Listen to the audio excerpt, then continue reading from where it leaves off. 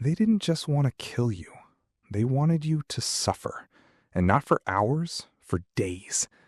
What you're about to hear happened to real people in real history. And some of it is so disturbing that historians still argue whether it should even be taught in schools. I'm Obscurophiles. If you're new here, subscribe, because we go to the dark corners no one talks about. The Romans were many things: engineers, philosophers, lawmakers. But when it came to punishment, they were artists of pain. And their most creative invention was reserved for one specific crime: killing a member of your own family. The punishment was called the poina culae, the penalty of the sack, and the name alone doesn't prepare you for what it actually was. First, they took a large leather sack, thick, heavy, sealed. Then they put the condemned inside, alive. But here's where it gets truly Roman. You weren't alone in that sack. They added a live dog, a rooster, a snake, and a monkey. Animals that had done absolutely nothing wrong, thrown in with a murderer, sewn shut inside darkness. The chaos that followed inside that sack, the scratching, the biting, the screaming, was just the beginning. Once sealed, the sack was thrown into the sea or a river. Everyone inside drowned together in the dark, thrashing against each other until it was over. But over time, the Romans decided even that wasn't enough of a spectacle, so they gave the condemned a choice. And this is where it gets almost theatrical. You could face the sack, or you could be executed inside the Colosseum, in front of your neighbors, your community, your family. At least they gave you options. Dark, horrifying options, but options. And that's the thread running through everything on this list. It was never just about death. It was about the message death could send. Now, most people have heard of torture racks, but very few know the full story of what one actually did to a human body. The rack was used for centuries across Europe, and it looked almost harmless at first glance, like a large wooden ladder with rotating rungs at either end. That's it. That's the whole machine. Except what those rotating rungs did to a person was anything but simple. The prisoner was stretched out and tied at both ends, wrists and ankles attached to a system of ropes and pulleys. Then 2 officers turned the handles. Slowly. Each rotation pulled the body in opposite directions, millimeter by millimeter, putting extreme pressure on the shoulders, hips, knees, and elbows. The joints, which are not designed to be pulled apart, began to separate from their sockets. Most people would say anything under those conditions, and that was precisely the problem. The goal was supposedly to extract confessions, but what the rack actually extracted was whatever the prisoner thought the interrogators wanted to hear. Confessed? Sometimes released. Suspected of lying? Tortured again. The truth was almost irrelevant. Many left with permanently dislocated joints. Others were paralyzed for life. But the case that stands out above all others happened in 1447. Anne Askew was 25 years old. She was tortured on the rack for hours until every major joint in her body was pulled apart. She could no longer walk. They carried her in a chair to the place of execution and burned her alive. Her crime? Reading and memorizing passages from the Bible and sharing them privately with a small group of women. Even under hours of torture, she refused to name a single one of them. Her husband was the one who reported her to the authorities. Before we go further, and I genuinely want to know your answer to this, which of these punishments do you think says the most about the society that invented it? Drop it in the comments. We'll get back to that idea by the end. Now, forget torture devices. Forget mechanics. What if the punishment was the building itself? Deep inside the Tower of London, during the Middle Ages, there was a chamber that guards spoke about in whispers. It wasn't a room with instruments. It wasn't a place where anything was done to you, at least not directly. It was called the Rat Dungeon, and it was built with one terrifying feature. It sat just below the waterline of the River Thames. When the tide came in, it pushed hundreds of rats out of their hiding places along the riverbank. The water pressure forced them forward, swimming, searching for higher ground. and the path of least resistance led them directly into the dungeon entrance. Inside, it was total darkness. The prisoner couldn't see anything. They could only hear. And that sound, that growing, multiplying, skittering sound coming from every direction, was what broke people before anything even touched them. The rats were hungry. They bit. The prisoner could fight them off for a few hours, thrashing and shaking, but eventually exhaustion took over. And when sleep came, so did the bites. They'd wake up covered in wounds. And this wasn't a single night. Depending on the severity of the crime, this could go on for days, sometimes weeks. What makes it even more disturbing is that it wasn't always used to extract information. At some point, the dungeon stopped being a means to an end. It became the end itself. Guards would throw someone in and simply walk away. No interrogation, no demands, just the sound of the tide coming in.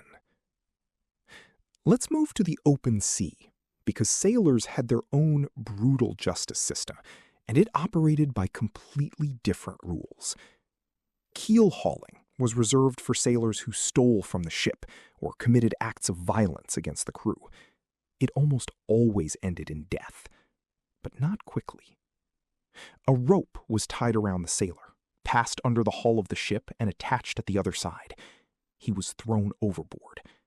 The crew then pulled the rope, dragging him slowly under the vessel, across the keel, the sharpest, lowest edge of the hull, and back up the other side. Most never made it that far. Before reaching the keel, they'd slam against the barnacle-covered hull, barnacles that are razor-sharp, clustered like a grater, shredding skin from bone as they were dragged through. Broken necks were common. Drowning was common. Arriving on the other side as something recognizable was not. If somehow someone survived a full pass, there were 3 possible outcomes. They were immediately thrown in for a second round, which finished the job. They were released, only to die weeks later from infected wounds. Or they lived, scarred head to toe, disfigured in ways that followed them for the rest of their lives. The sea doesn't do mercy.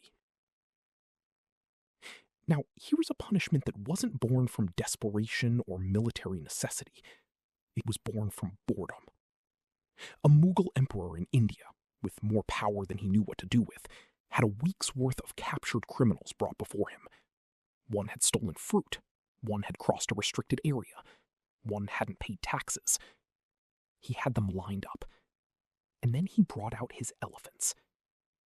Execution by elephant, called gunga rao in some regions, wasn't a local quirk. It was practiced across Asia and parts of Africa for centuries, but the version used under the 4th Mughal emperor turned it into something else entirely. Not justice, theater. Each elephant was trained, controlled.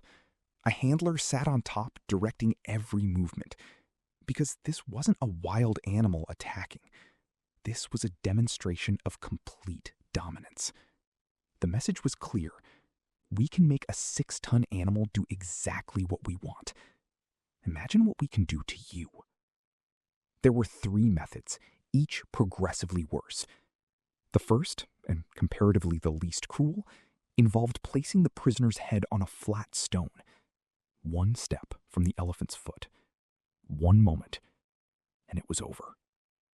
The second involved the elephant walking over the body systematically, 1 limb at a time, turning around, returning, repeating, until nothing was structurally intact. The third method was the emperor's personal favorite. Arms first, then legs. Then the tusks were used to pierce the abdomen, and only once the body was completely unrecognizable did the final blow come. Spectators covered their children's eyes. The emperor didn't look away. And this wasn't ancient history. This happened in the 19th century.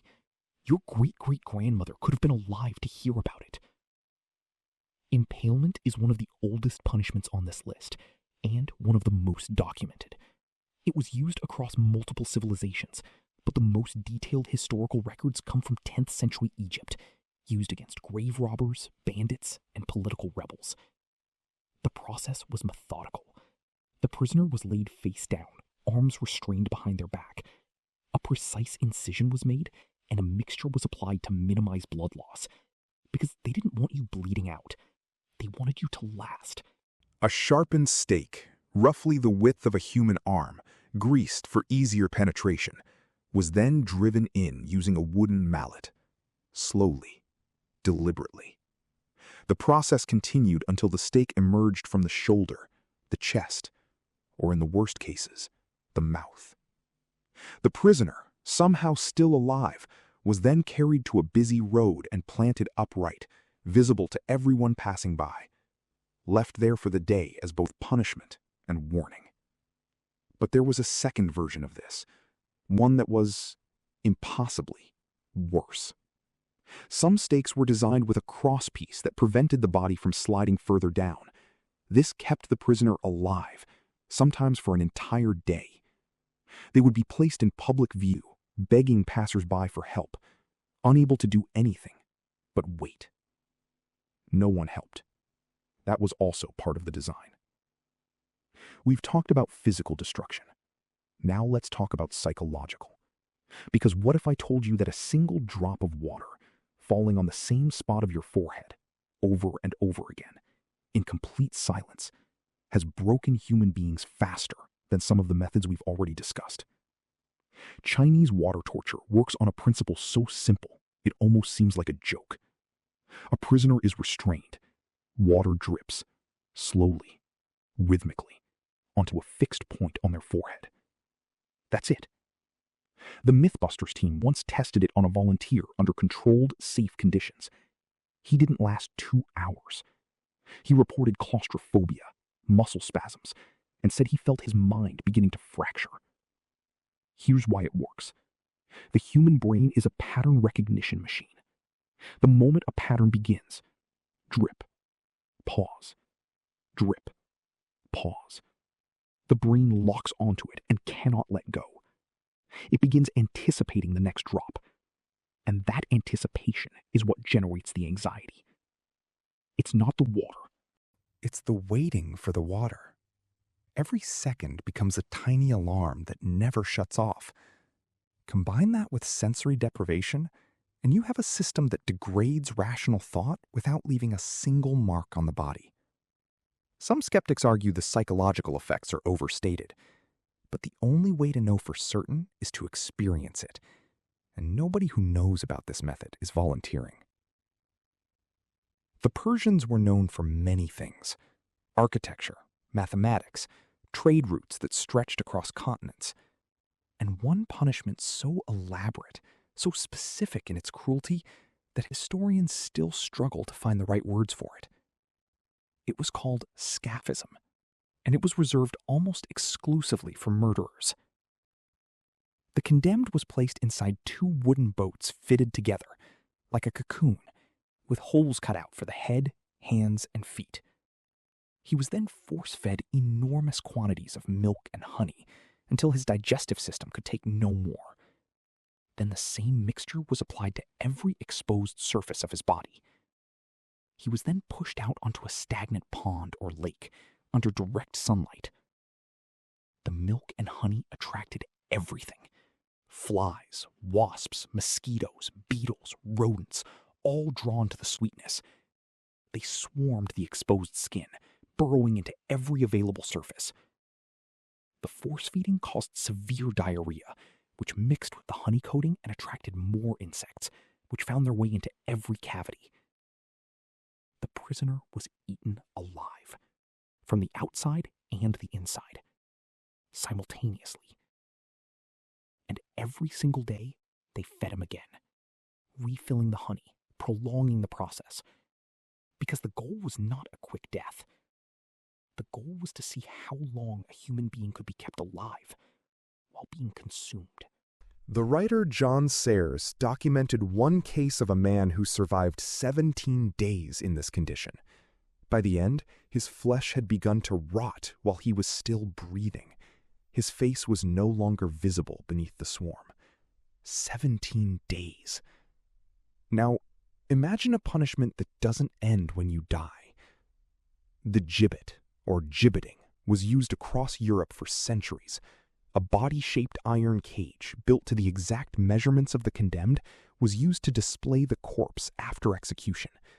Hung at a height of around 10 meters, usually near a road or public well, the body inside the cage was left to decompose in full public view.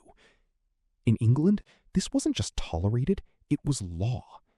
The Murder Act of 1752 formally required that executed murderers either be dissected publicly or displayed in a gibbet.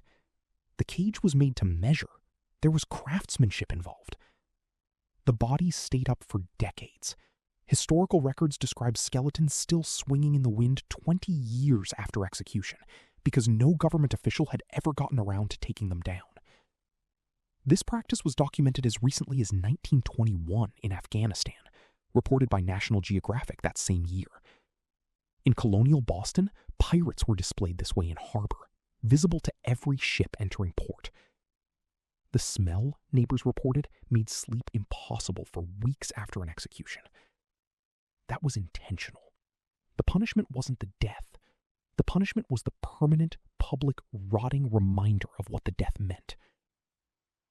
And finally, the one that in some ways is the most disturbing of all, because it wasn't about pain, it was about erasure. The oubliette. The word comes from the French verb oublier, to forget. And that is exactly what it was designed to do. Hidden below castles across Europe, most famously beneath Warwick Castle, the oubliette was a stone cell so narrow a person couldn't sit, stand, or lie down inside it. Entry was through a trap door in the ceiling. Once dropped inside, the prisoner had no trial, no hearing, no timeline. They were simply forgotten. The best-case scenario was dying of dehydration. The more common scenario involved being placed in a cell that already contained a decomposing body, left there as a psychological reminder of what was coming. The rats in these spaces were not accidental. They were permanent residents who had developed a taste for what was regularly dropped in. During a restoration of Leap Castle in Ireland in 1900, a worker discovered a small hidden opening behind a chapel wall. Behind it was a shaft, about 2.5 meters deep, leading to an oubliette. When he descended, he found so many human skeletons that it took multiple cartloads to remove all the remains. Multiple cartloads. Some oubliettes were built just close enough to the surface that the prisoner could hear everyday life above them. Footsteps, laughter, conversations, the sound of a world going on completely without them. Historians describe this as one of the most refined forms of psychological torture ever designed, not because of what it did to the body, but because of what it did to the part of you that still hoped. Every single thing on this list was invented by human beings, justified by human beings, and carried out by human beings, often in public, often with spectators, often with complete legal backing. The question I asked earlier, which of these says the most about the society that invented it? I want your answer below. Because I think the answer reveals something about how we measure progress, and whether we actually have any. I'm Obscurophiles. If you made it this far, you already know this channel isn't for the faint-hearted. Subscribe, and I'll see you in the next one.